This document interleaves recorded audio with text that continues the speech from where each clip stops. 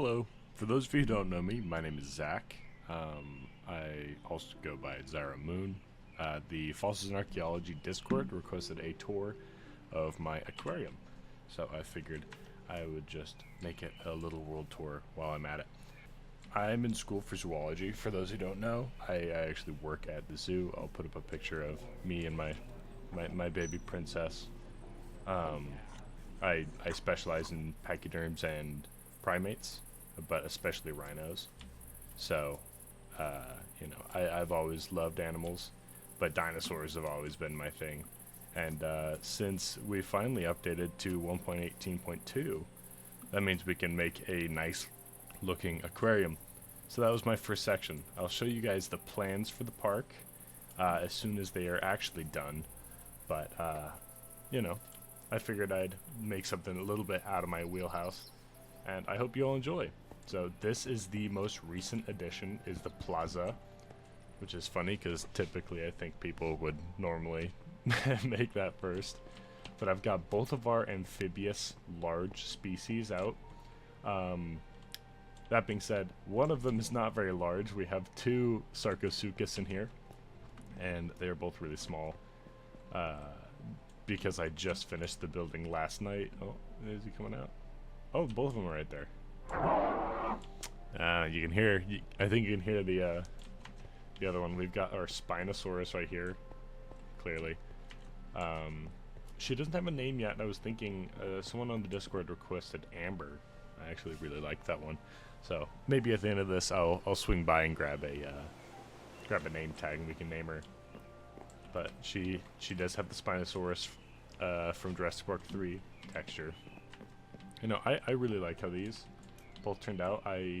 I'll show you the creative world at the end, but I used the schematic cannon. I don't have it in my inventory. The schematic cannon from Create, and then I just copy over my builds from Creative. And I think it turns out really nice because it lets me kind of design it with some freedom before before I actually put it in the world. So that's pretty nice. Anyways, here's the actual entrance. I might make like an archway or something right here, something to just make it feel more exciting to be in it. But here we are. This is the bug house. And obviously, as you know, we only have two species of bugs. We've got the Meganura in here. We have 4 or 5 of them. Let's see. 4 of them. I could grab that egg and put a 5th one in here, which I might do. Then we've got the Arthropleura in here. We have a blue one and 2 green ones. Since I do have that, where is it? I kept some of the variations from the random FNA pack. Shout out to whoever it was that made that. But yeah, it's nice. I tried to make it nice and thick vegetation. There was a lot of water in here as well, because that's kind of what the Carboniferous would have been like, as far as I'm aware. But they kept drowning in the water, so I had to get rid of all the water out of all these slabs and stuff.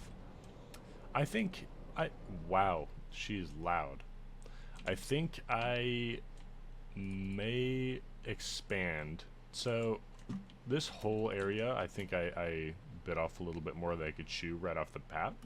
I think I should expand the Meganura all the way through this planter. And then maybe even the Arthropleura will get moved right here, which is where the axolotls live. We have 5 axolotl, I think? No, 7.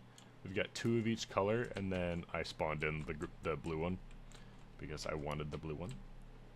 Where are they? They all sit down there, so there's our little blue one. I turned them green, too. Where are all of the different colors? I don't know where they went.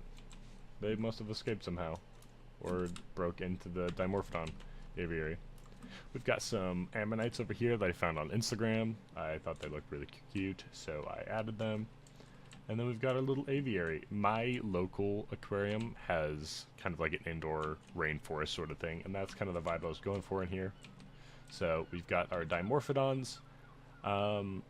This is one of the areas that's probably subject to change. Oh look, 2 of them are landing on top of us. These guys will eventually move to my larger aviary facility, but I wanted to see the new Dimorphodon, so I put them in here. They have sort of like a beachy themed enclosure, and I think they'll get a nice upgrade once we finally build the actual Mesozoic era. But I figured they look nice in here anyway, so I don't know what I'll do with this area once they're gone. Maybe I'll make a bigger axolotl pond. But yeah, I think it turned out nice. And then welcome to the Paleozoic amphibians portion of the park. We have our, oh hello, we've got our Tiktaalik. We've got a nice sort of paludarium, I don't know what you'd say. Okay. We got a little paludarium sort of enclosure. Here, I am an employee, so we'll go in there and hang out with them. Yeah, same sort of thing. I want it to feel sort of swampy, nice and lush, with some variated dirt and grass and stuff beneath them. I really like that color. I love the red eyes, look nice. The nice vibrant green looks very pretty. I'm a big fan. But yeah, that's our Tiktaalik. And then if we move over to the side, the initial area for this, it was meant to be a little bit more obvious. We have our Crassigernis, which I'll talk about in just a second. We've got a couple visitors here, I guess. This is the Diplocaulus. I don't see any of them right now. Oh, there's one. This area is actually shaped like a boomerang, so it's shaped like their skulls. It was meant to be a little bit more obvious when I was planning it out, but it didn't really come out that way, and honestly I don't mind because it turned out really nice in my opinion. We've got a lot of eggs in there. I might add a couple more. I'm not sure yet though, but I think they look nice. And then we have our Crassigernis. So we have, I think they're the devil eel is what their name means. And there's a couple different ways to get into this enclosure. I normally just teleport in if I need to, but you can also climb up the andesite ladder and go in there, or I haven't prettied this up at all, but I can, you know, run through this little tunnel that I made and climb up a ladder up into the middle of the enclosure. Oh, speaking of which, it's time for them to start coming out. Yeah, there you go, they're awake now. Now we have the open ocean. Right after I built these, I built the Mosasaurus enclosure, which is right over there, next to the open ocean sign. I'll go over there in just a second. This is like the brand new section of the park that I just finished. So we have our shark hallway. I don't remember what you would call it in real life, but we have our Leopleurodon viewing. And I wanted it to feel very craggy and dark, so they've got these big rocks and just a little bit of grass and some lighting in there. And I think it turned out really well. I think they might be stuck over there, so I might move one or two of them over here into this side, because I think this side's a little bit bigger. That way they're not all just stuck right here. I think they can't get over the top of the glass, which is a little bit of a bummer, but I kind of get it. Through over here, we have the Ichthyosaurus, which same sort of thing. I wanted it to be like a underwater cliff sort of thing, so we have a two-step system. We've got one step here, it's two step there, I guess 3 steps. And yeah, we've got 3 of them. I might throw a 4th in. I think it feels a little small for a 4th, especially because they all kind of hang out right here underneath the entrance. But it's a nice little enclosure. I think it turned out really cute. Yeah, I love the new Ichthy models. They look so good. They're adorable. Yeah, maybe I will throw in a 4th. I think I've only got males or only have females in here, because I haven't had any eggs so far. Anyways, this is definitely one that's subject to change. The Henotus. These guys, it was meant to be sort of like a tide pool exhibit sort of thing in my head, and then I just didn't make that at all. So we have 2 filters on the side that are meant to like filter over water from the Leopleurodon enclosure, which is where the Henotus would be, and they all sit on top of the filters. They all climb up on top. So they have a little coral reef in here. They've got a couple, I can't remember what kind of fish those are.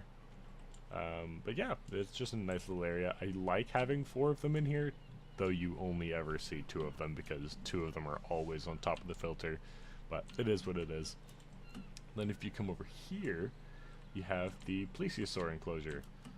Now, Plesiosaurus, this is inspired by the zoo that I work at. The sea lion enclosure has sort of like these platforms that all the keepers can come and walk on, and to training with the sea lion, so I figured it would be the same sort of deal with Plesiosaur. But yeah, we've got 3 of them in here. I was hoping they'd come and swim through this middle part a little bit more, but they don't really ever do it. This guy seems to be stuck on that trapdoor, but oh well. And then we can come over here, and there's 2 viewing areas for the Mosasaurus. I doubt you'll be able to see them from here. We're 1 and 2. We have 2 brothers. Yeah, it's just a same sort of deal as the Ichthy. It is like an underwater cave, or not cave, cliff. So we have 4 steps, you know, and they all lead into that center part. I thought about making it sort of a coral reef, like there's a dead reef right here, there's a couple other dead reefs. But you know, can I just say how nice the Mosasaurus look too? They look so good in the new update. Over here, we can run around to the Megalodon, which is also pretty new. And I couldn't figure out what I wanted to do, so I just made a big fence underwater, and I actually really like how it turned out. I just so happened to catch some underwater ruins, and we have our big female here.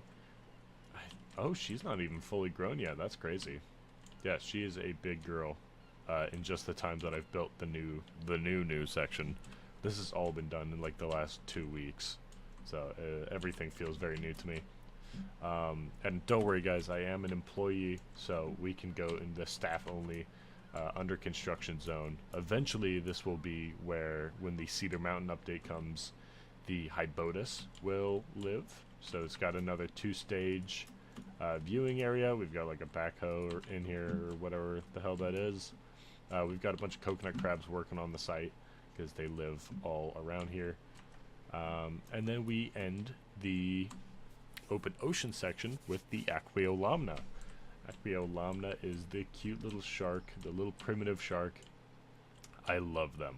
I love the Aquiolamna. I want to jump in here and give them some corals, maybe. I haven't decided yet, but I actually really like how this enclosure turned out. I was worried at first, but I really like it. And I think the palette really helps. Like, I think the spruce, dark oak, and smooth sandstone really just like makes this one pop for some reason. I don't know what it is, but I love how this little this cylindrical tank turned out. Over here, eventually I'll put like, I don't know, maybe like a little diner sort of thing, like a little pop-up food stand or whatever. This is the living fossils area. So we have our 2 larger fish here. We have the alligator gar, and it's sort of like a more swampy zone, and then we have the sturgeon in sort of kind of like a barren tank. I didn't really know what to do for them. All of the sturgeon that I've seen in captivity live in a much smaller tank and a much more shallow tank, so I figured I'd give them a little bit more space. These might get redesigned in the future, but for now I think they're suitable for what we have here. And then we have the 2 real living fossils. In my opinion, these guys are like prehistoric.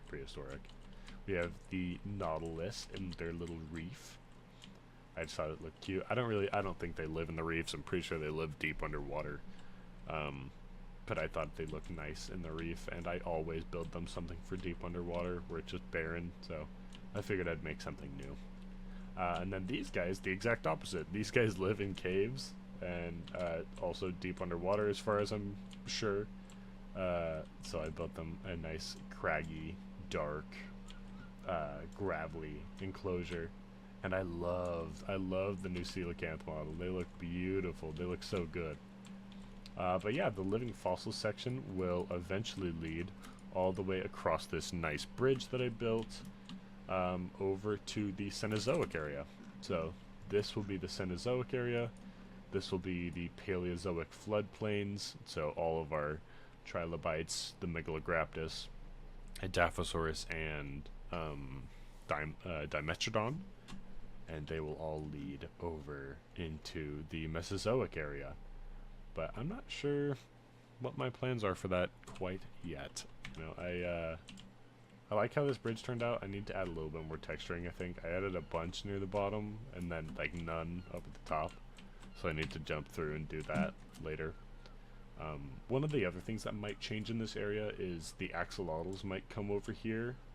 They're not living fossils, as far as I know, but I think it bridges the gap to the Cenozoic a lot better. And I don't know. I think it would just fit a lot nicer. I don't know where I'll add them. Maybe I'd like add them right here or something, or maybe I'll even do the thing with the Dimorphodons, like I said before. I'm not sure what my plan is for that quite yet. Oh, here we can go into the ichthyes. Yeah, let's see. What do we got here? We got male. You all look the same. Male, male. I think they're all males. They're all male. Yep, that makes sense. I have feeding turned off just because I know the feeders are broken and I don't feel like dealing with that. Eventually I'll build like a fishing dock out here and have like a fish farm. Like an actual working fish farm. But for now, that's what I've got. I'm excited for Hybotus to get added. Because I want to finish the open ocean section. On my little spreadsheet thing, I have it marked as 99% complete. Because the only thing I need to do is design the enclosure. And then when I do, Hybotus can go straight in. I can add maybe a prep room, like a commissary sort of room right in here. Because this is just an empty room. I didn't know what to do with it yet. So maybe we'll have them like chopping up fish and preparing diets for all the fish across the ocean. But yeah, that's basically all I have. I figured I'd show you here. Why not? We'll take a look. This is that spreadsheet. So this is like the original one when I was on Forge. So we had like room for a much bigger aquarium with Aquaculture 2.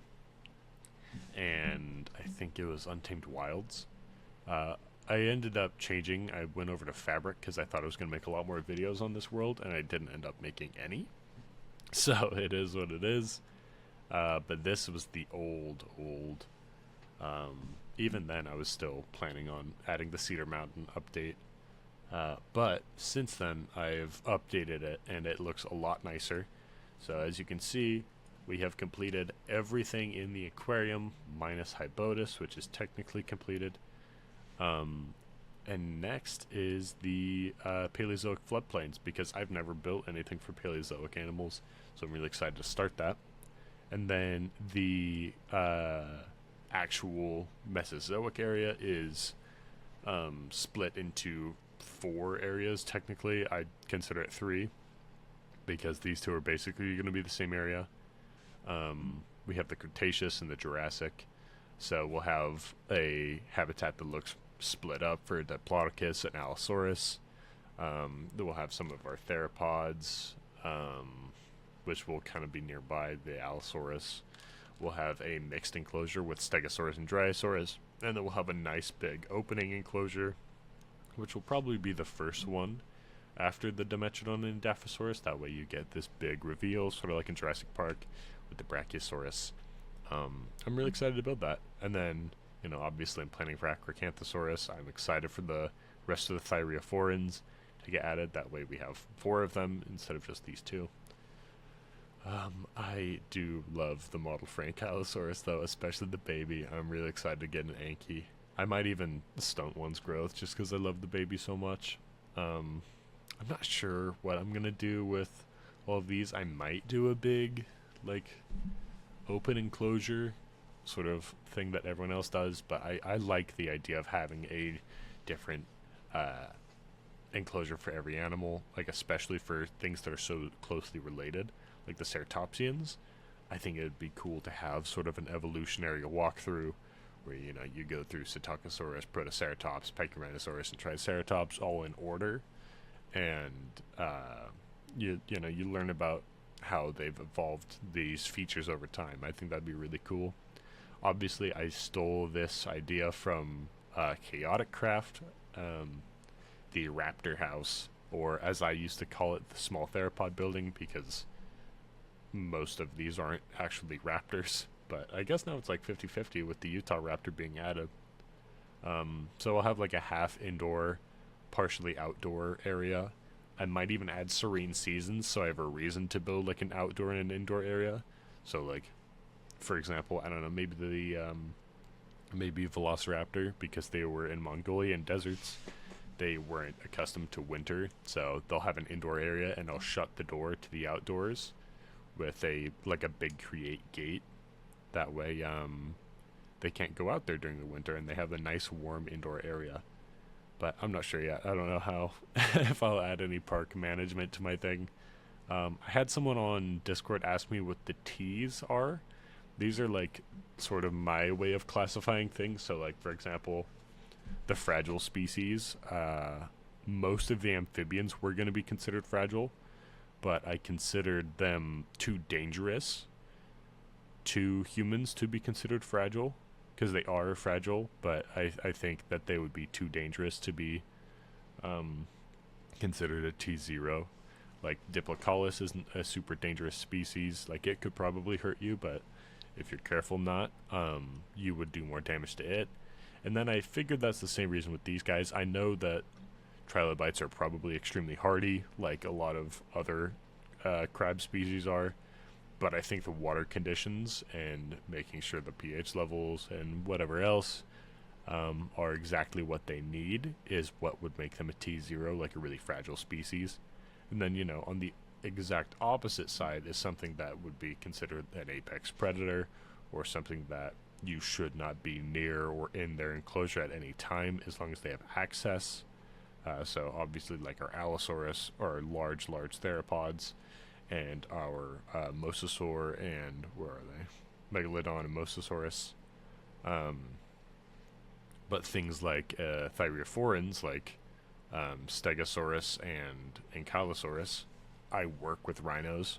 I've worked around them a lot.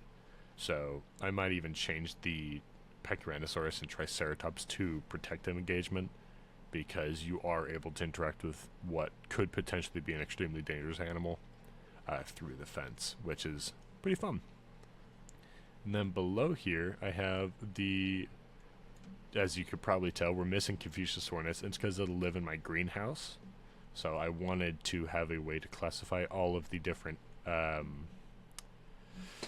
are they called? All of the different paleobotany plants. So I made it like a little greenhouse plan, so that way I can put plants that are actually for the time period that they're meant in them.